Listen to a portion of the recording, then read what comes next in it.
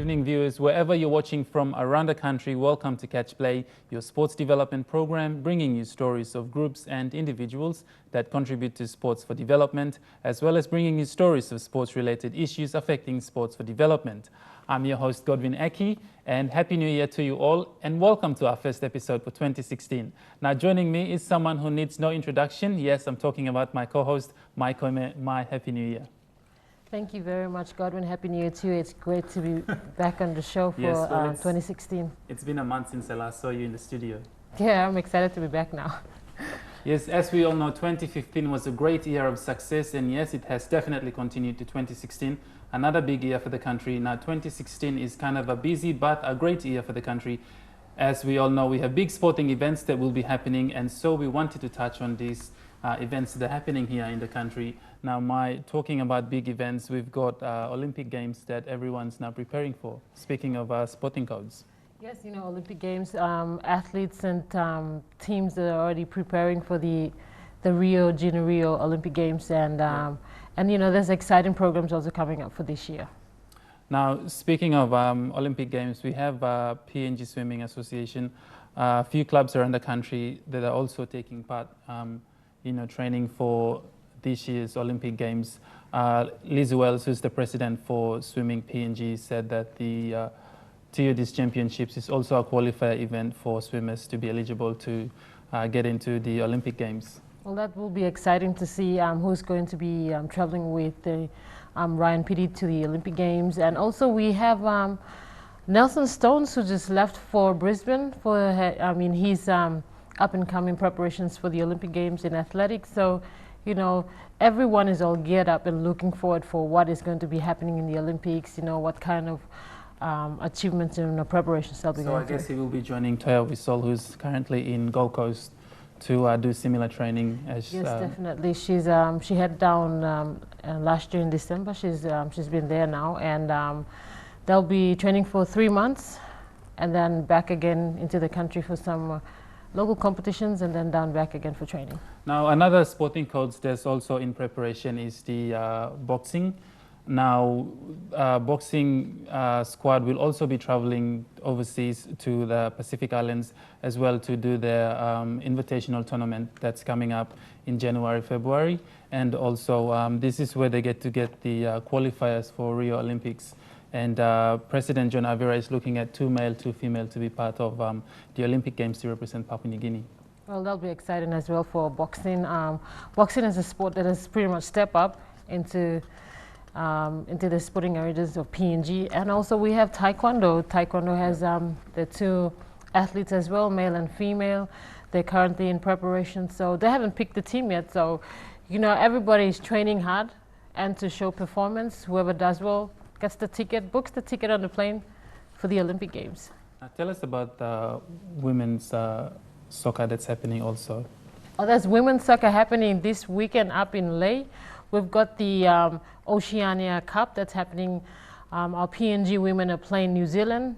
So it's another great sporting event that's happening over in Lae, not only in Port Moresby, but it's exciting to see that the women who won the gold medal for PNG in the 2015 Pacific Games are now trying to qualify, you know, for the World Cup. And it's exciting to see that everybody is all geared, focused for this year's preparation.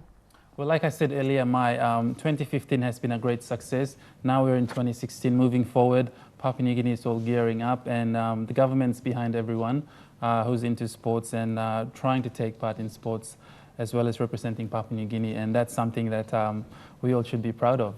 Exactly, and we've got the stadiums that's going to be completed. We've got the PRL stadium that's going to be finishing around this year, and the first game the PNG Hunters will be hosting is the Penrith Panthers. You know, they'll be coming up to make use of our facilities for the first time, so it'll be exciting for PNG the Hunters team to try out the new field that's been built. What else is happening? Oh, we've got, you know, other sporting events that are happening, like the squash tournaments. We've got golf tournaments. So it's exciting to see that these sports that have not been covered, they're coming into, you know, the Olympic sport as well. So we're looking forward for some exciting achievements for PNG. Now, I just remembered one. There's also surfing PNG Surfing Association of Papua New Guinea rather is hosting a big event also in Alatau this year, and that's something that's going to attract more tourists and interested individuals who are into this code of surfing to travel to Alatau. So that's going to be a good one for the country as well. Yeah, that's good. You know, it has been happening always in Vanimo, Yep. and we work, so it's good to see that surfing is now taking another lead in different provinces. And look, this year it's going to be a great year, and we're all looking forward to it and being part of that event, and to go out there and support our very own Papua New Guineans to be in the competition they're going to be in. Now, also speaking of surfing, Surfing Association of Papua New Guinea is hosting a world event as well next year, 2017, and that's something everyone's looking forward to. That'll be exciting because we've got this surfers who are coming from outside of PNG, Yeah. and a lot of new exciting activities, and the skills of how to surf with the board and with the waves. So it's exciting to see that our very own Papua New Guineans will be mixing and mingle with them to try and get used to using the boarding, surfing, and going to Milne Bay is an exciting part of the province that we want to see. Well, anyway, there you have it. That's what's happening in the country this year. We'll go for a quick break now, so stay watching.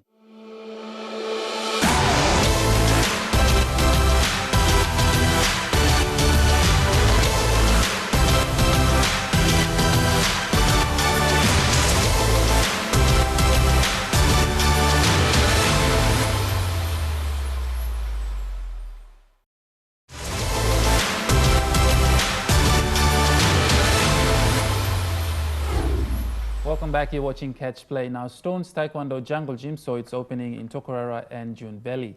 Veteran martial arts Jamuga Stone has recommended this Stones Taekwondo training called the Jungle Gym for this year, and it's now located at Tokarara. Now, Ma, you caught up with Jamuga Stones regarding their sports development program with Taekwondo. Tell us about it. Well, Jungle Gym, it's not new. Taekwondo, Jamuga Stone has started up his new Taekwondo gym. Ages 7 to 12 young warriors. We've got 13 to 20 years and then 20 to 35 years. So this is all about self-defense. It's all about developing the kids, their mindset, and also awareness on violence against women, kick drug out of PNG, and all those stuff that's happening around the community. And this is really good that Mr. Stones has come up with these at the back of his home, and to get the kids started in sports and developing them in that kind of age is a good thing that he's doing. Thanks, Mai. Now, before we talk more on the development side of Taekwondo, let's have a look at the story. The head of the Stones Taekwondo organization, Master Jamuga Stone, is a veteran martial arts with more than 42 years experience since 1974. Veteran martial arts Jamuga Stone will recommence his Stones Taekwondo training for this year at its new location, the Jungle Gym at Tokarara. Stones Taekwondo have been in operation since 1990. The organization has gone through trying times, but have survived and continued through the years. Jungle Gym originally started, the parent body Stones Taekwondo. Jungle Gym came about because of the fact that a lot of new raw talent that has not been tapped, and they live in the metropolitan suburbs of NCD. And I believe a lot of kids find it hard to go to the main gyms like in Mari Barracks or somewhere in Boroko, So when I opened this gym up here in Tokarara, I found that because a lot of young kids who live around here, they're young and they're up and coming, and I saw there's a lot of raw talent. When I opened the club, I saw a lot of kids that have talent, but they need somebody, some guidance, and the person that to guide them forward is me. And like I said, this training, this ground here, Jungle Gym, has a very long history. It was created here in 1974. Stones believe community initiatives like the Jungle Gym will encourage youth to participate in meaningful activities and change their mindset. There are 3 categories of the program: Little Dragons, aged 7 to 12 years, Young Warriors 13 to 20 years, and City Warriors 21 to 35 years. Stone is building the Jungle Gym as the hub fitness activities in Tokarara and June Valley. The gym was sponsored by MRDC last year with 8,000 worth of training gears. The training program is not only martial arts based, but incorporates and helps drive Stones Stay Strong, Kick Drugs Out of PNG and Stop Violence Against Women's campaign. Yes, and that was the veteran himself, Jamuga Stones, who caught up with Mai to discuss sports for development, especially to do with Taekwondo. Now, Mai, you caught up with him, so can you tell our viewers about that? Taekwondo is a very competitive sport as well, and he, coming up with this program and his own gym, the Stones is not new to the PNG sporting community. And as you watched the program, the kids young as 7 going up to taking up Taekwondo, it's just developing them, and an exciting thing. In one day, he gets like 80 plus people, kids, turning up for training, and it's exciting to see that he's pulling along that interest in sport, and also, being a father of the top PNG runner, Nelson Stones. He's around there when Dad's running the program, and it kind of gives them the morale to continue on and say, look, I want to be the next Papua New Guinean athlete to go out there. So how long has he been part of Taekwondo? 42 years. 42 years. So, since 1974, he started his Taekwondo career. 1990, he was the Jungle Gym came to be, and MRDC has been part of the sponsor to the Jungle Gym program. So it's exciting to see that he's trying to develop some of the athletes to be in the part of the 2016 PNG Games that's going to be in Kimbe. So tell us about, speaking of the PNG Games that's happening this year also, what about the coaching side of it? I believe he's got a new coach for the... Yeah, he's got new coach, Sam Wera. He's also one of the athletes that took part in the Pacific Games, and he's 32 years old from Central, and it's going to be a big task for him to take the team, but he knows what he's doing, and being on the bench, being an athlete, following Mr. Stones as their coach. Now Mr. Stone's going to be the manager for the team. And also they have the reigning champion for PNG Games in Taekwondo, Stephen from New Island province. He's also part of the Jungle Gym, so it's exciting to see that everything comes in one place, and he's got this gym, and all the kids are there to have fun and make the most of it. Kids for the program come from as far as Sogeri, I believe, down to Port Moresby, just for the training. Sogeri and Morata, and to develop their skills. Nowadays in PNG, we've got a lot of fights happening, lateness and all that. So it's also good to be part of self-defense. Well, it's good that he's running this program. I mean, he's talking about respect and in terms of self-defense, but not using it in a negative way, but in a proper way in the community to develop these young kids and young athletes that are into sports. Well, Jungle Gym is going to be the hub of fitness for Tokarara and June Valley people. Anyway, what an interesting story there to do with Taekwondo. If you join us next week, we'll talk more about Taekwondo, but at the meantime, a big thank you to Jamuga Stones doing such a great job with Taekwondo for the kids. Yes. We'll go for a quick break, so don't go anywhere.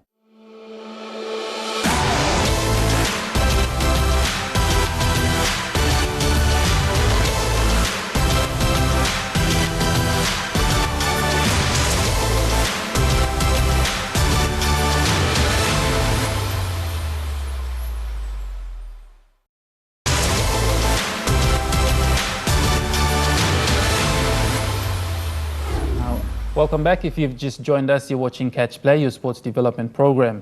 Now, Squash PNG has produced a young, talented junior female squash champion for Papua New Guinea.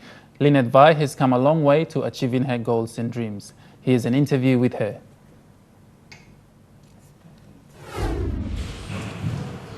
Squash PNG has now boosted a young lady, 17 years old Lynette Vai, who comes from Baimuru in the Gulf province, is currently the top junior women's PNG squash champion and was the only woman who attended the Oceania Squash Championship in the under-19 division in Gold Coast, Australia.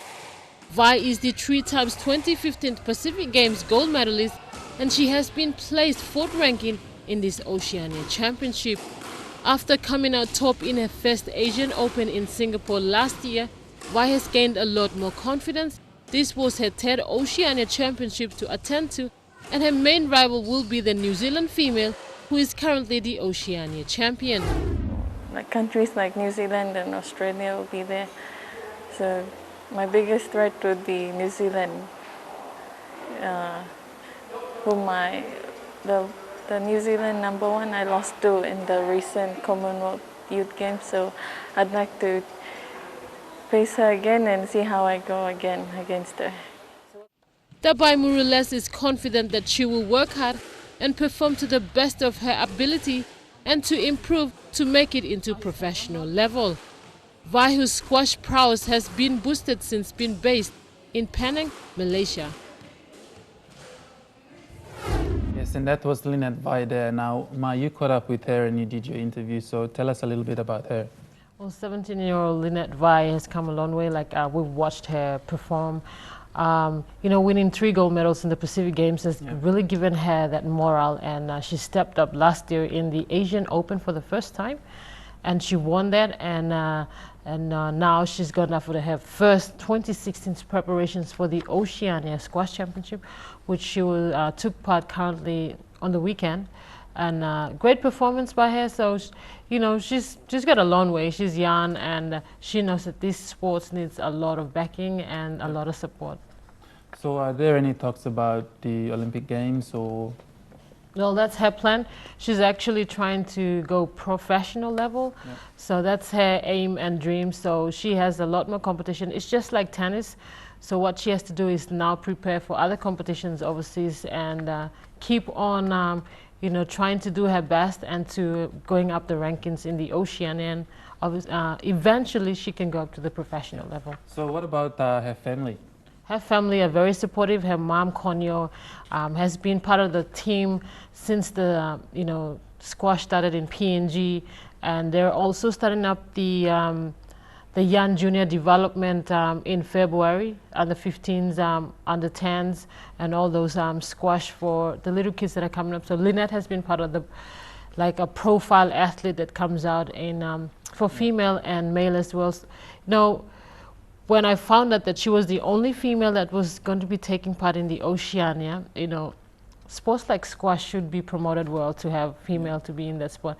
Not only female, but also some male to be part of this sport. It's a great sport. It's all about technique. It's all about skills. You go out there and play the sport. So she's really excited and looking forward for what's coming ahead for her in the future of squash.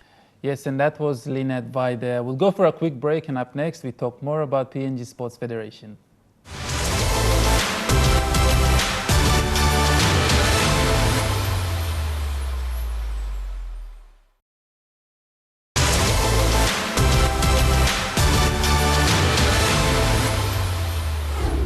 Welcome back. Now, founded in 1961 as a non-profit organization, the PNG Sports Federation was established to enable our participation in the 1962 British Empire Games in Perth, Australia, and the first South Pacific Games in Suva, Fiji in 1963. Now, Mayu obviously did your research about this, so tell us a bit more about this. Well, PNG Sports Federation, which is now the PNG Olympic Committee, this is how we want to tell the public out there and the sporting bodies, up and coming sporting people, that how PNG Sports Federation came up to be, because a lot of people don't know about PNG Olympic Committee. Yeah. So we started off with the head of it, 1962 to the Empire Games, which is now the Olympic Games. PNG Olympic Committee is now headed by Ovita Rapila, the General Secretary. Before that was Sir John Dawani Kura. So we did a research on that a lot of people think that it stands on its own, but they are the organizations that make sports happen in the country. Exciting to see which part they've moved to, PNG Sports Federation to now the PNG Olympic Committee. Yes, very interesting though. Very interesting. These are the main organizing body that prepares athletes for the Olympic Games, for the Pacific Games, for the Mini South Pacific Games. These are the very people who make it happen for the athletes. Scholarships comes from them. So we want to let sporting men and women out there, federations, associations, club, these are the people that you want to run to if you need any help, to identifying your athlete to be part of a program. This is the pathway to starting their career in sport. So Olympic Games obviously is behind all the sports events that are happening, especially international games that are being prepared, training for and then paid for as well by the Olympics Committee. The difference between Olympic committee, people might get it mixed up with the PNG Sports Foundation. PNG Right. Sports Foundation pretty much looks after the grassroots level sports. They look after the community, the PNG games, the local sporting events, the talent that's been identified outside. That's what PNG Sports Foundation does. But the PNG Olympic Committee looks after the overall head of you want to be part of a PNG team, like the Olympic Games, Mini South Pacific Games, the Pacific Games, the World Champs. This is the head of everything that starts to be part of a PNG team. Yeah. Anything else our viewers need to know about how all this happened? From Sports Federation to Olympics, Olympics well, Committee. the name had to change as time, changes, new developments. Sports Federation was just looking after I would say, the federations in sport. So now we've stepped up to being an Olympic sport. The name is changed to the PNG Olympic Committee. This is the committee that you run to for your athletes to be part of Team PNG. That's the end of our first episode for 2016. Viewers, if you want to view this episode once again, you can go to our website.